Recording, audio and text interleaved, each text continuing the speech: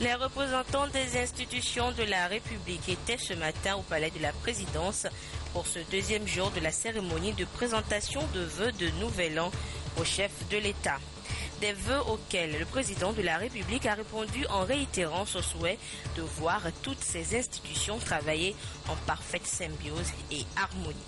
40 ans après, la CEDEAO reste toujours mobilisée dans sa mission de favoriser la croissance économique et le développement en Afrique de l'Ouest, c'est-à-dire dans les 15 États qui la composent. Et à la 48e session de l'organisation à Abuja cette semaine, les chefs d'État ont rendu hommage à feu président Gnassingbé Eyadema et à l'ancien président nigérian Yakubu Gowon, père fondateur de l'organisation. Un prix reçu par le président de la République Faure Eswazina Gnassingbé, présent à cette session. Et puis cette bonne nouvelle annoncée cet après-midi, la sélection du Togo comme bénéficiaire du programme Millennium Challenge Account. Une opportunité pour notre pays de bénéficier d'importants financements américains pour la réalisation de projets de développement. C'était là les titres de cette édition de 20h. Merci de nous retrouver sur la télévision togolaise.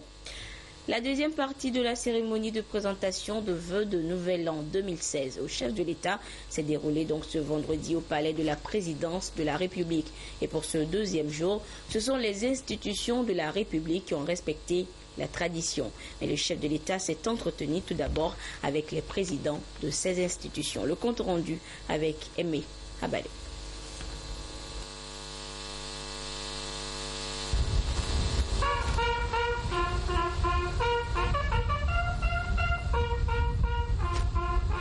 Au son du clairon, la présidente du Haut Commissariat à la réconciliation et au renforcement de l'unité nationale, Awa Nana, est saluée par le piquet d'honneur.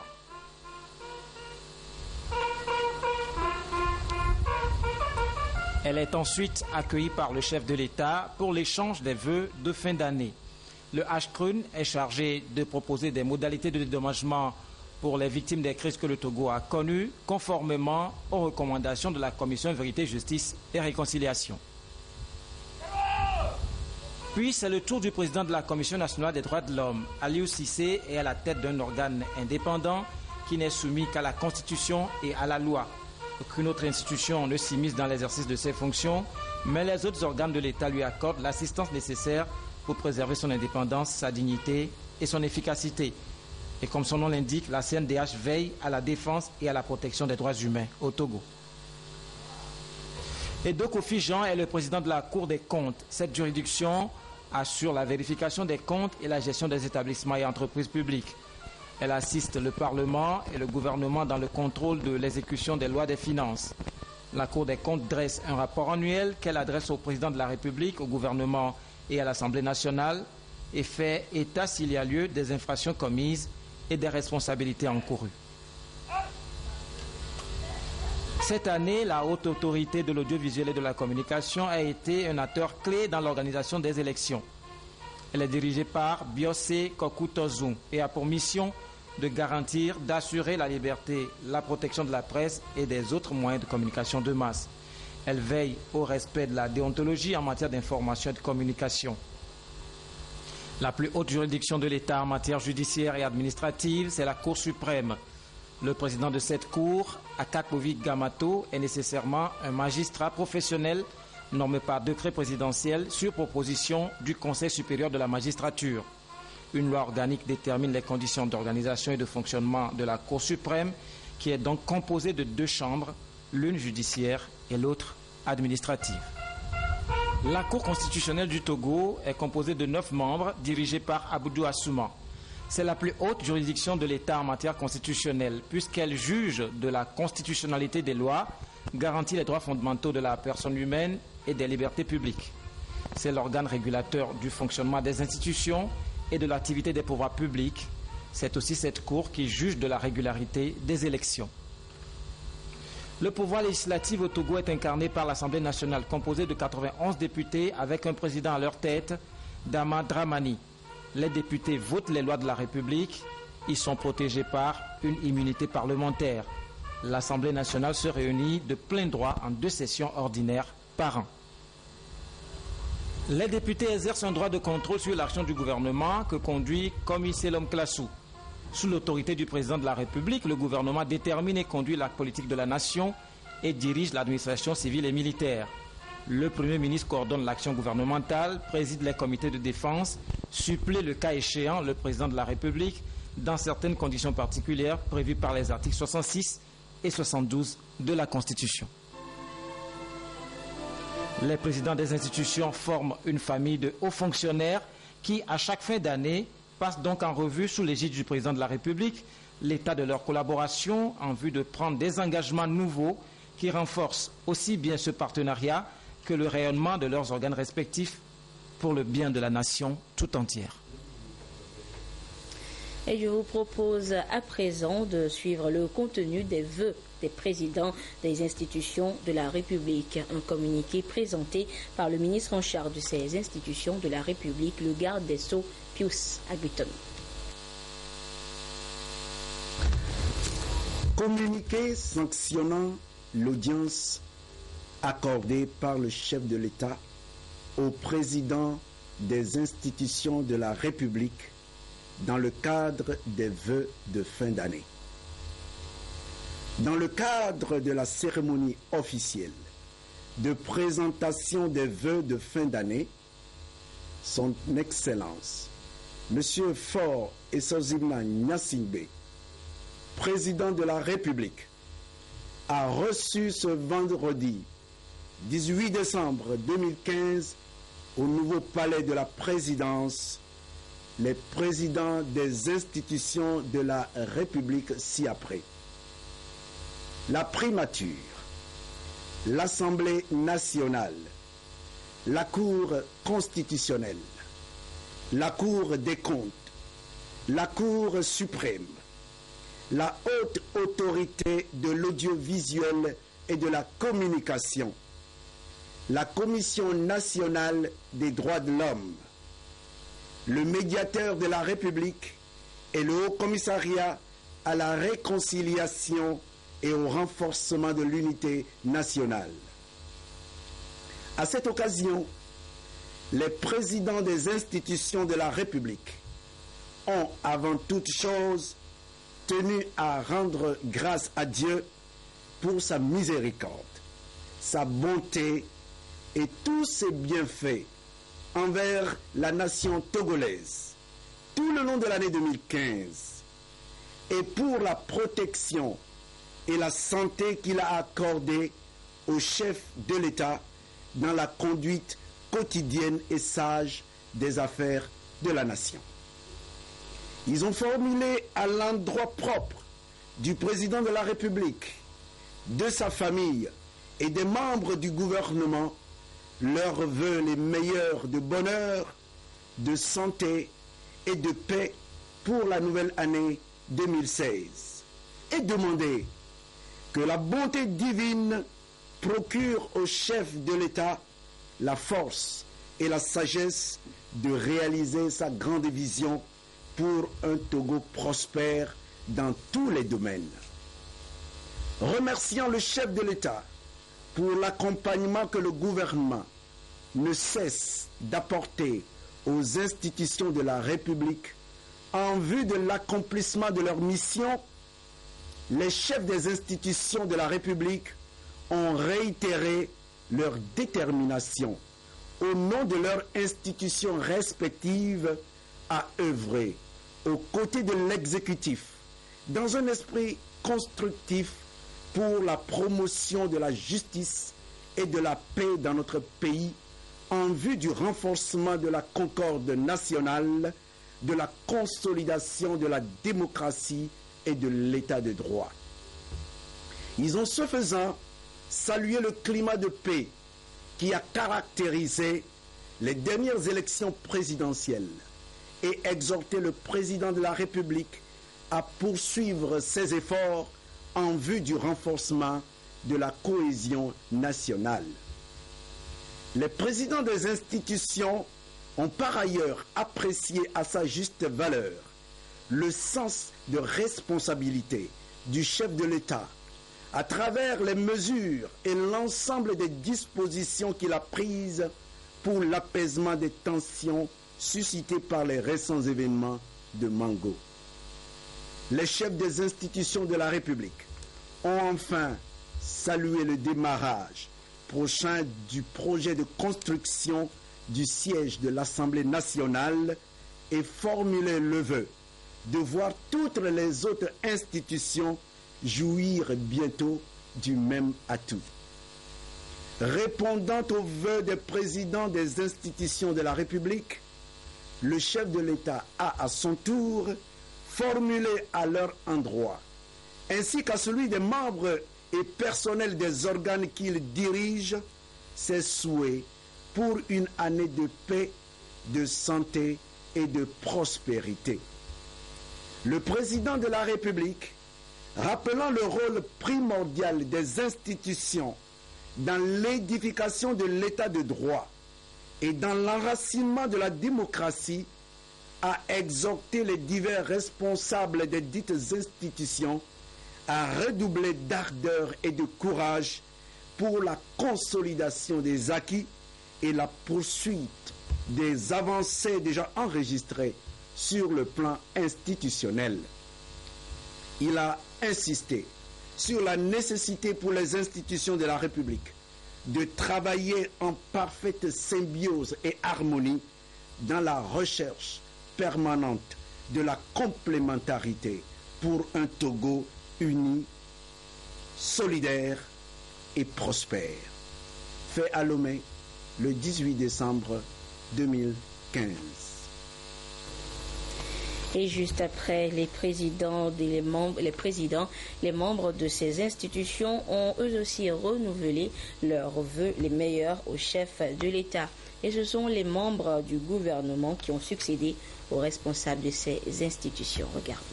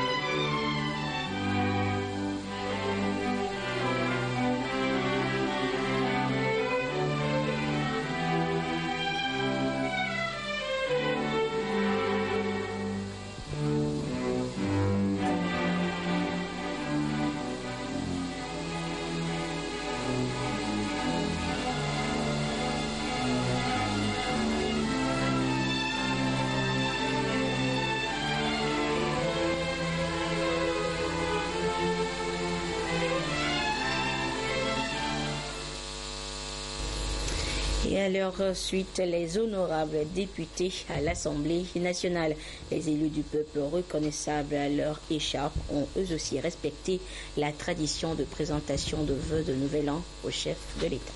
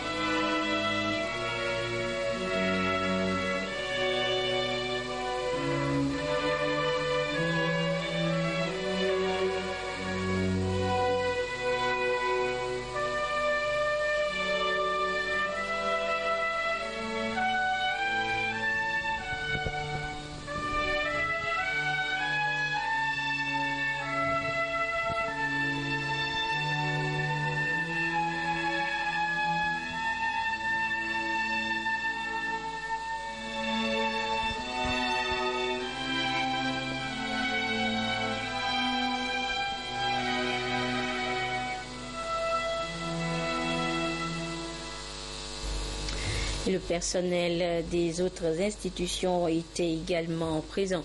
Les membres de la Cour des comptes, la Cour constitutionnelle, la Cour suprême, la CNDH, le HCRUN, la Haute Autorité de l'Audiovisuel et de la Communication, entre autres. Regarde.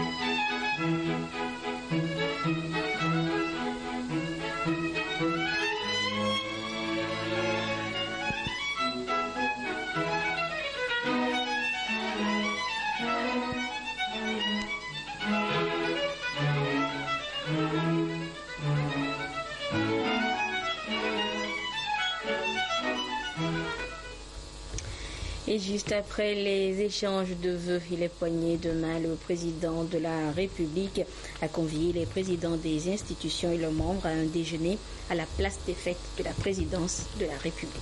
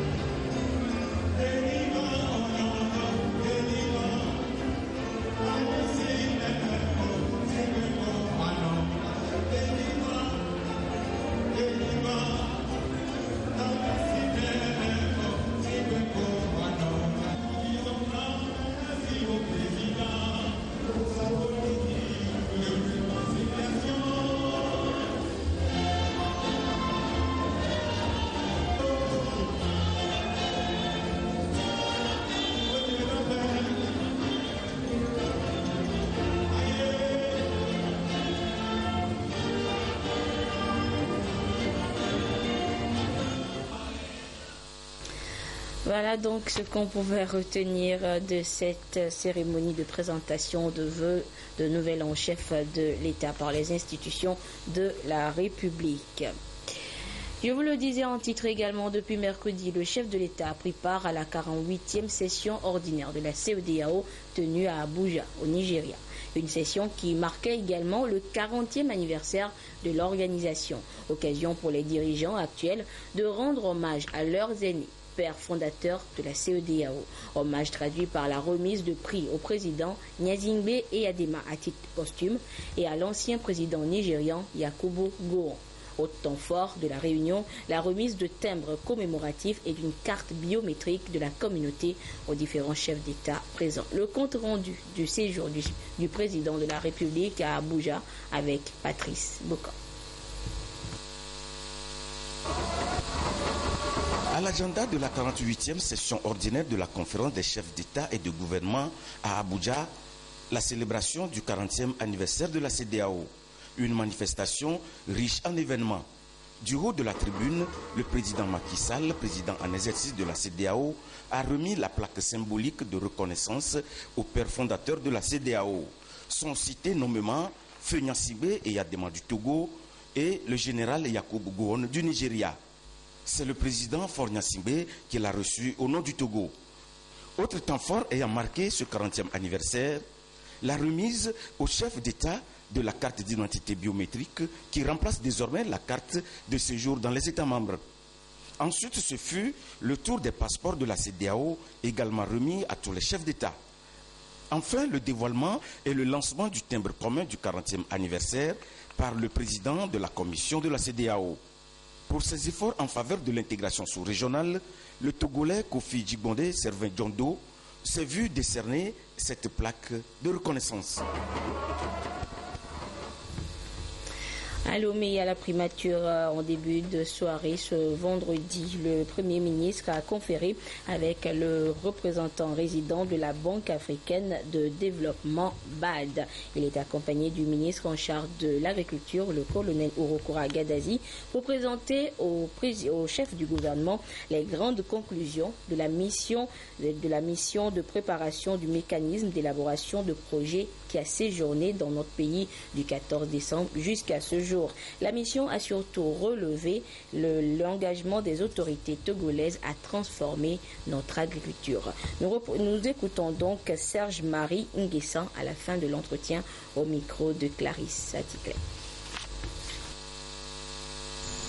Le Premier ministre a souhaité nous rencontrer pour échanger sur les conclusions de la mission de préparation de mécanismes d'élaboration des projets qui a séjourné au Togo de 14 décembre à aujourd'hui, pour préparer le grand projet de développement des agropoles sur le territoire togolais. Ce projet qui a été initié par le chef de l'État et pour lequel la Banque africaine de développement a souhaité apporter sa contribution. Nous avons donc présenté les grandes conclusions de cette mission au Premier ministre en insistant sur quelques points.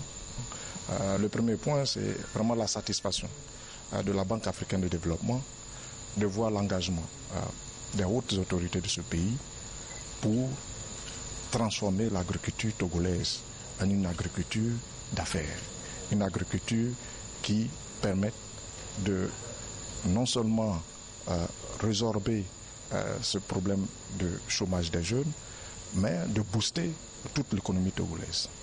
Le gouvernement s'est engagé avec la BAD à pouvoir réaliser cela, mais à travers des projets concrets. Et le chef de l'État a lancé donc cette idée de ce projet d'agropole. Le deuxième message, c'est de dire au Premier ministre que c'est un long processus pour mettre en place ces agropoles. Mais il faut que cet engouement, cette mobilisation nationale qu'on constate continue. Nous pensons que ce projet, ce grand projet peut se réaliser effectivement au Togo. Mais il va falloir faire des études pour approfondir le concept, pour pouvoir aussi collecter les informations sur les zones qui ont été proposées par l'État pour développer ces agropoles. Donc, nous voulons mettre à contribution toutes les parties prenantes togolaises et la BAD avec d'autres partenaires du Togo pour réaliser le plus rapidement possible ces études de telle sorte à pouvoir monter un projet bancable mais aussi réalisable dans un délai très court. Le troisième message, c'est vraiment au niveau du financement de ce grand projet.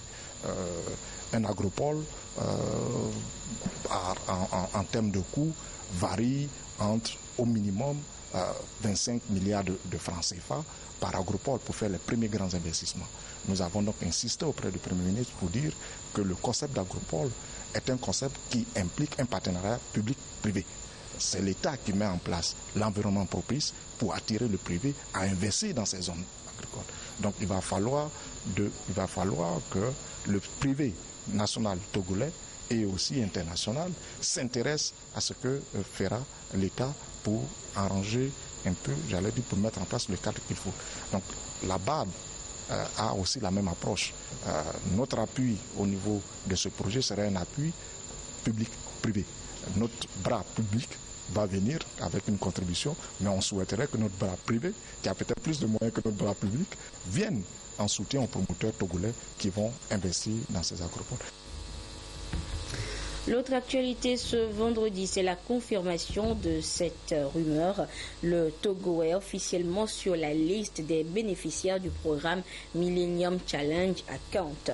Notre pays a rempli 10 des indicateurs sur les 20 et va bénéficier donc du programme dit de seuil dont les financements varient de 5 à 60 millions de dollars US. Les précisions avec Tchassenam Baga.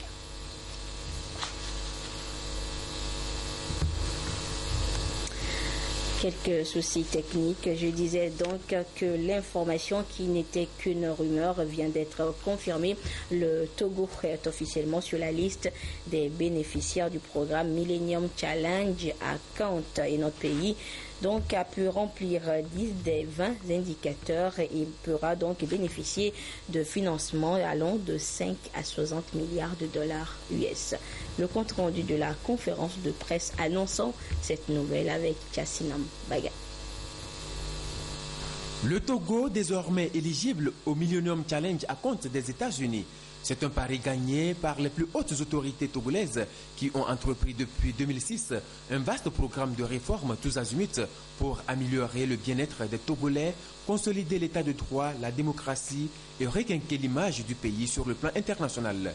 Ce sont les performances remarquables réalisées dans le domaine de la bonne gouvernance, la liberté économique et les investissements dans le capital humain qui ont valu cette reconnaissance du Millennium Challenge Corporation. Je suis heureux aujourd'hui de confirmer que le conseil d'administration de Millennium Challenge Corporation a sélectionné le Togo éligible pour développer un programme de seuil sur la base des améliorations sur son tableau de bord au cours des dernières années. Dans les 2 dernières années, le Togo a réussi à passer de seulement 5 indicateurs à 10. Je tiens à féliciter le Togo pour cette remarquable réalisation. Le conseil d'administration de la Millennium Challenge Corporation a déterminé que le Togo a montré une amélioration dans des domaines tels que l'égalité des sexes et la gouvernance. Le pays a progressé dans l'intégration des femmes dans tous les aspects de l'économie et a donné la priorité à l'éducation des filles. Le Togo a poursuivi sa solide performance sur les indicateurs clés de la santé, tels que les dépenses relatives à la santé et au relèvement des taux de vaccination. Et après l'organisation de plusieurs élections nationales que la communauté internationale a jugées libres et équitables, le Togo dispose désormais d'une note de passage sur l'indicateur politique. Le Millennium Challenge Account est un programme du gouvernement américain qui œuvre pour la réduction de la pauvreté dans le monde et la croissance économique. Avec le programme Seuil obtenu, le Togo peut bénéficier des subventions des États-Unis à hauteur de 60 millions de dollars. Une opportunité donc pour le Togo engagé dans une stratégie de croissance accélérée et de promotion de l'emploi. Voilà pourquoi cette éligibilité a été accueillie avec joie par les membres du gouvernement présent. Le ministre Robert Doucet a réaffirmé l'engagement du gouvernement à poursuivre les réformes pour atteindre le programme compact pour tirer un maximum de profit de ce filon. L'éligibilité aujourd'hui au programme Seuil témoigne de la confiance que les États-Unis ont vis-à-vis de notre pays et renforce les liens d'amitié et de coopération entre nos 2 pays. Cette éligibilité est l'aboutissement d'un engagement politique au plus haut niveau de l'État, car le président de la République, le président Faure Gnassingbé, a fait de cette éligibilité une de nos priorités. Mais c'était aussi le fruit d'un travail gouvernemental efficace, qui cadre avec les réformes courageuses et qui permettent aujourd'hui la mise en œuvre pour asseoir durablement la bonne gouvernance politique, économique et sociale de notre pays. Je voudrais une fois encore réitérer les engagements du gouvernement togolais à poursuivre la mise en œuvre des réformes afin de maintenir le cap et d'être éligible à court terme au compact pour le bien-être des populations togolaises. Avec cette éligibilité commence le processus d'élaboration du plan de financement à la lumière des projets que le Togo va présenter. Une mission du Millennium Challenge Corporation est attendue dans les prochains mois à Lomé à cet effet. Le Millennium Challenge Corporation est créé en 2002 par l'ex-président des États-Unis d'Amérique, George W. Bush. Il a été institué en 2004 après le vote du Congrès américain. Et l'éligibilité du Togo au programme Seuil Trésor du Millennium Challenge Account est le fruit de programmes et actions du gouvernement togolais dans l'optique du développement durable. Retour sur quelques éléments clés ayant concouru donc à cette sélection de notre pays avec Pierre Soussoupa. La validation des 10 indicateurs sur les 20 par le Togo est l'un des facteurs qui ont concouru à l'éligibilité du pays au programme Seuil Thresholds. un des composantes du Millennium Challenge Account. Ce programme devra financer à hauteur de 5 à 60 millions de dollars sur 2 ou 3 ans les pays ayant fait un certain nombre d'efforts dans le cadre de la pauvreté et qui n'ont pas respecté tous les critères. Et le Togo s'illustre dans ce domaine avec une trajectoire claire à la hausse sur la performance globale sur les cartes des scores au cours des dernières années. Ce qui est dû sans doute aux importantes réformes entreprises grâce à la politique audacieuse du gouvernement dans les secteurs stratégiques. On parle des actions d'envergure dans divers secteurs, notamment sur le plan de lutte contre la pauvreté sous toutes ses formes à travers des programmes et projets de développement, l'amélioration du climat des affaires et la modernisation de la justice. Aussi, des actions visant à promouvoir l'état de droit au Togo ont-elles été prises en compte par le Millennium Challenge Account. La liberté de la presse, l'accès à l'éducation primaire pour tous, la parité scolaire, l'amélioration du secteur de la santé et bien d'autres chantiers ouverts ça et là ont gagné sans doute la confiance du jury. Le programme Compact, l'autre volet du Millennium Challenge Account, le plus consistant, est souvent destiné aux pays ayant validé les 20 indicateurs. Il prévoit le financement des projets allant de 200 à 500 millions de dollars. Le Togo devra donc renforcer davantage sa performance pour ainsi donner au Millennium Challenge Account la possibilité d'évaluer son engagement à poursuivre sa politique de réforme. Et l'engagement actuel des autorités du pays augure de bonnes perspectives. Le ministre de la Défense et des anciens combattants porte à la connaissance du public qu'il sera organisé une série de concours. D'abord, un concours d'entrée à l'école spéciale militaire de Saint-Cyr en France, un concours d'entrée au cours spécial de l'école de l'air, toujours en France, un concours d'entrée à l'école des commissaires des armées en France et un concours d'entrée à l'école navale toujours en France, des concours qui auront lieu les 8, 9 et 10 mars 2016 à l'école du service de santé des armées de Lomé et Salles. Les concours qui sont uniquement ouverts aux candidats de nationalité togolaise des deux sexes. Les conditions de candidature, la composition de dossier, la date limite de dépôt des candidatures sont à consulter dans le quotidien et Togo Presse.